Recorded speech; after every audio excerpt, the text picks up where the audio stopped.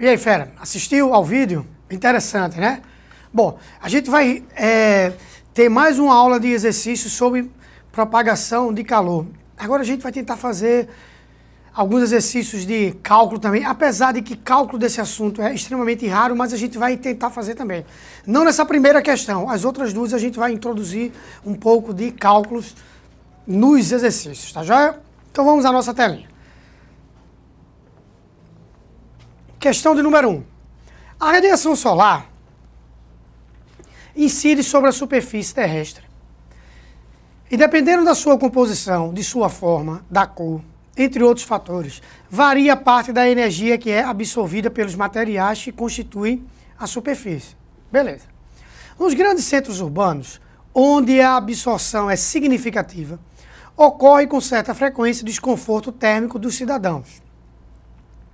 A parte da radiação que é refletida para a superfície dá origem a um conceito criado pelos cientistas conhecido como albedo. Albedo é um número adimensional, nós já citamos isso daí, que varia de 0, nada é refletido, e 1, tudo é refletido. Assim, uma superfície de albedo 0,5 indica que ela é capaz de refletir metade da energia solar que incide sobre ela. A figura a seguir mostra um quadro ilustrando diversas superfícies urbanas e seus respectivos intervalos de albedo. Então dá uma olhadazinha aqui, ó. Telhados rugosos, albedo entre 0,10 e 0,15. Muito baixo albedo, tá? Principalmente pela cor. Telhado vermelho e marrom, baixíssimo também. Pinturas coloridas, também baixo albedo. Aí você pega pinturas brancas, 0,50 a 0,90. Telhados de alta reflexividade, ainda assim são menores às vezes do que as pinturas brancas. Preste atenção como a cor branca tem um grande albedo. Asfalto chega a ser praticamente 0,05. Concreto 0,10, tá? Lógico que vai até 0,35, mas pode ser 0,10. Então você percebe como o efeito estufa ele é incentivado pelos centros urbanos, que a maioria, tá? Tirando aqui pinturas brancas, desculpa, a maioria das superfícies colocadas aqui, cara, possuem albedo baixo, tá certo? Então isso é um agravante. Isso aqui é um agravante. Então, vamos ao texto. Deixa eu puxar aqui. Bom. Com base nessas informações, uma boa alternativa para combater o desconforto térmico dos grandes centros urbanos seria, bom, na verdade seria aumentar a região de albedo. Basicamente é isso daí, tá? Vamos ver onde está isso daí. Bora lá. Sempre que possível, usar asfalto no lugar do concreto para diminuir o albedo. É verdade. Asfalto, por que eu fiz isso? Asfalto no lugar do concreto, negativo. Por mais que o concreto seja baixo, ele ainda consegue ter um albedo maior do que o asfalto, lógico que pode ter menor.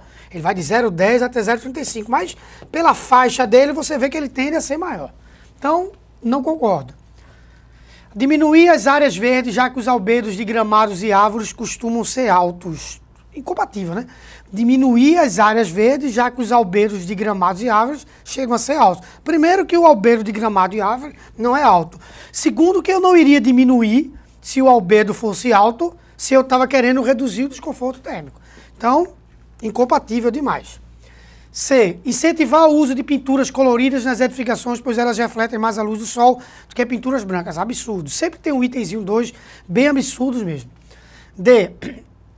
Incentivar a ocupação das áreas suburbanas para diminuir a concentração populacional nos grandes centros urbanos. Não tem nada a ver. Esse item também não vem a acrescentar assim, informações sobre o tema. Nada a ver. A letra E tem que ser ela mesmo, né? Vamos ver se ela está interessante. Incentivar o emprego de telhados de alta refletividade para aumentar o albedo. Perfeito. Então veja que atitude simples, né, velho? Que poderia ser incentivada pelo governo, que não é incentivado isso daí. Aliás, eu acho que boa parte, algo em torno de 90% da população nem sabe disso daí. Pô, então tem que, sabe, as informações têm que surgir, propagandas em horários nobres de televisão, em vez de ficar fazendo propaganda sobre o que faz, o que não faz, tá? Coloca esses informativos sobre isso daqui para o povo ver, tá? Então, pô, falta atitude, não é isso, governo federal? Vamos lá, né? Bom, tranquilo, letra E, podemos para outra? Então tá jóia. Segunda questão, como eu tinha dito, uma questãozinha de cálculo. Nós vamos precisar trabalhar um pouquinho mais. Deixa eu puxar uma canetinha aqui mais interessante. Vamos fechar para que a gente comece. Vamos lá. Uma forma experimental para medir a condutividade térmica de um material usado como isolante é construir uma caixa com esse material. No seu interior é colocado um aquecedor elétrico de potência conhecida, que mantém a temperatura interna superior à externa. Isso irá fazer com que haja um fluxo de calor da parte interna para a parte externa. Suponha que foi construída uma caixa com determinado material isolante. A área total externa é de 4 metros quadrados, então a área total da caixa, 4 metros quadrados. E a espessura das paredes é de 5 milímetros. 5 vezes 10 a menos 3 metros. Não é isso? Deixa tudo no sistema internacional. O aquecedor elétrico desenvolve uma potência constante de 300 watts. Esses 300 watts do aquecedor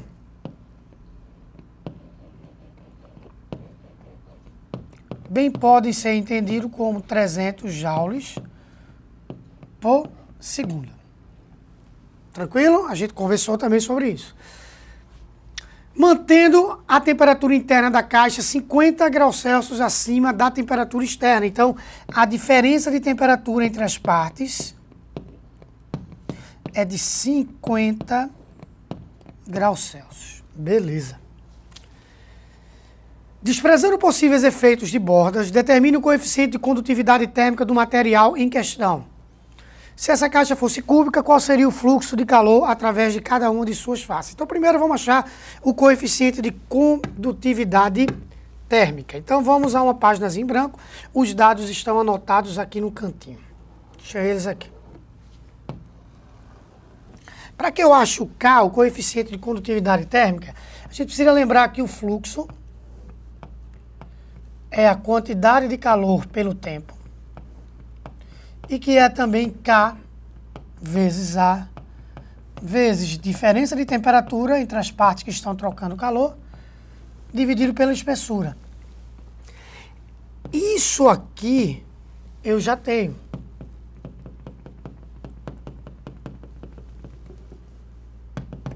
Está aqui. 300 joules, quantidade de calor, por segundo intervalo de tempo. Na verdade, toda vez que ele te dá uma potência térmica, ele está te fornecendo um fluxo, tá bom? Então, isso eu já tenho, 300 watts. O K eu quero. A área, 4 metros quadrados. O ΔT, que é a diferença de temperatura entre as partes interna e externa, 50 graus. E a espessura 5 vezes 10 a menos 3 metros. Então, eu tenho 200K igual a 1.500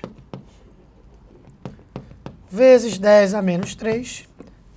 Isso aqui me dá K 15 vezes 10 a menos 1.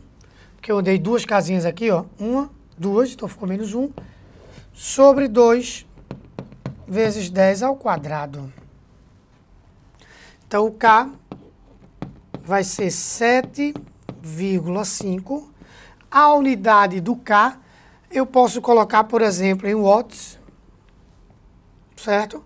Para os que não estão enxergando o que é que eu vou colocar aqui, esse meu fluxo não está em watts, então fluxo vezes o comprimento dividido pela área vezes a variação de temperatura equivale ao meu K. Então, eu posso colocar em watts, por exemplo, por metros graus Celsius. ou watts vezes metro sobre metro quadrado vezes graus Celsius.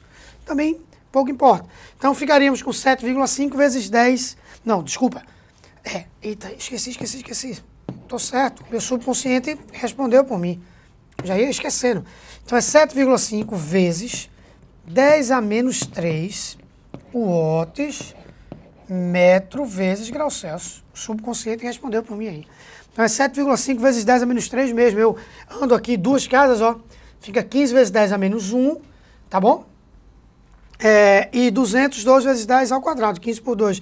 7,5, 10 ao quadrado, 10 a menos 1, 10 a menos 3. E a segunda pergunta dele era, qual seria o fluxo em cada uma das faces se essa caixa fosse cúbica? Pessoal, sei que está meio apertadinho aqui, mas eu acho que vocês vão entender facilmente. Ei, vou colocar separadinho aqui, ó, a outra pergunta. Pessoal, o fluxo em cada uma das faces, o cubo tem 6 faces. Vai ser o fluxo total do cubo dividido por 6. O fluxo total era 300 watts, dividido por 6 vai dar 50 watts. É a resposta da nossa outra pergunta. Tá certo? Então, teríamos aqui uma letra A e ali seria uma letra B. Tranquilo? Ficou claro? Arretada a questão, né? Beleza. Então vamos para mais uma questãozinha, vamos voltar aqui ao nosso quadro, depois você assiste a aula novamente e aí você vai conseguir fixar o que foi resolvido. Vamos para a nossa próxima questão. Duas barras de mesmo comprimento, está na figura, mesma área de seção reta e constituídas de materiais diferentes são soldadas e suas outras extremidades mantidas às temperaturas de 100 e 0 graus Celsius. Está na figurinha. Beleza. Despreza a perda de calor pela superfície lateral. Os coeficientes de condutibilidade térmica dos metais que constituem as barras do sistema são K1 e K2. A temperatura da junção é de 40 graus Celsius. Qual a relação entre K1 e K2?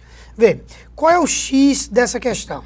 Seguinte, há um fluxo de calor dessa extremidade para essa daqui. E como não há perda, pessoal, pelas laterais, eu posso admitir, sem estar fazendo um absurdo, sem estar cometendo algum equívoco físico, eu posso admitir, sem nenhum problema, que o fluxo através da barra 1 é igual ao fluxo de calor através da barra 2. Pessoal, não está tendo calor aí. Então o fluxo será mantido o mesmo, tá? Na verdade, isso é o que nós chamamos de regime estacionário. Ou também chamado de regime permanente. Beleza? Estacionário ou permanente. Os fluxos são iguais. Dá pra gente trabalhar tranquilamente agora. Quer ver? Vamos lá. Toda vez eu faço isso. Eu já disse que um dia aprendo a mexer realmente nesse quadro. Mas daqui para o final do ano, espero que isso ocorra. Simbora. Quando eu disser que os dois fluxos são iguais, eu vou trabalhar assim. K1, certo? Área 1, delta T 1 sobre L1 igual a K2, área 2, delta T 2 sobre L2. Beleza. Já posso... Eita, como eu apanho disso aqui, meu Deus do céu. Agora! Consegui. Já posso cancelar isso. Tá bom? Já posso cancelar os comprimentos, que ele diz que são iguais. Lembra disso? Se você não lembra, vai a figura de novo. Olha aí os comprimentos iguais, L e L, tá? E eu vou ficar simplesmente com K e o delta T. Eu vou ficar com K1, delta T1 sai de 100 graus e vai até a junção, que é 40 graus o calor. K2 sai de 40 graus e vai até 0. Deixa eu apagar aqui para sobrar espaço para a gente. E eu agora vou poder encontrar a relação que ele pede, que é K1 sobre K2. Olha lá. Eu vou ficar com 60K1 igual a 40K2. Certo? Então, K1 sobre K2 nada mais é do que 40 sobre 60, que eu posso dividir tudo isso por 20, vai dar 2 terços. Então, K1 sobre K2 é 2 terços. Então, finalizamos mais uma aula de exercícios sobre propagação de calor. E como a gente sempre diz, na medida do possível, a gente vai resolver mais questões na sua telinha. O que você precisa ter a consciência é de que há uma necessidade imperiosa de que a gente acabe o conteúdo, para que a gente possa depois promover a nossa revisão. Então, às vezes você fica meio, pô, tem poucos exercícios, só 2, só 3, só 4, mas a gente precisa disso daí. A gente está disponibilizando exercícios para que tu faça e para que tu tire dúvida com a gente, tá? Mas a gente vai depois ter outros encontros para resolver exercícios, principalmente matemática, física e química. Essas três precisam resolver muitos exercícios. A gente tem plena consciência disso. Mas a gente também tem plena consciência de que a gente precisa finalizar o conteúdo, até porque é compartilhado o sucesso e é compartilhado a responsabilidade. Ela é compartilhada. Então, vocês também precisam dar uma estudada por conta própria, resolver mais exercícios para que você consiga ter êxito, tá joia? Então, na próxima aula, a gente vai começar a falar sobre dilatação térmica, tá joia? Tchau, tchau. Um abraço.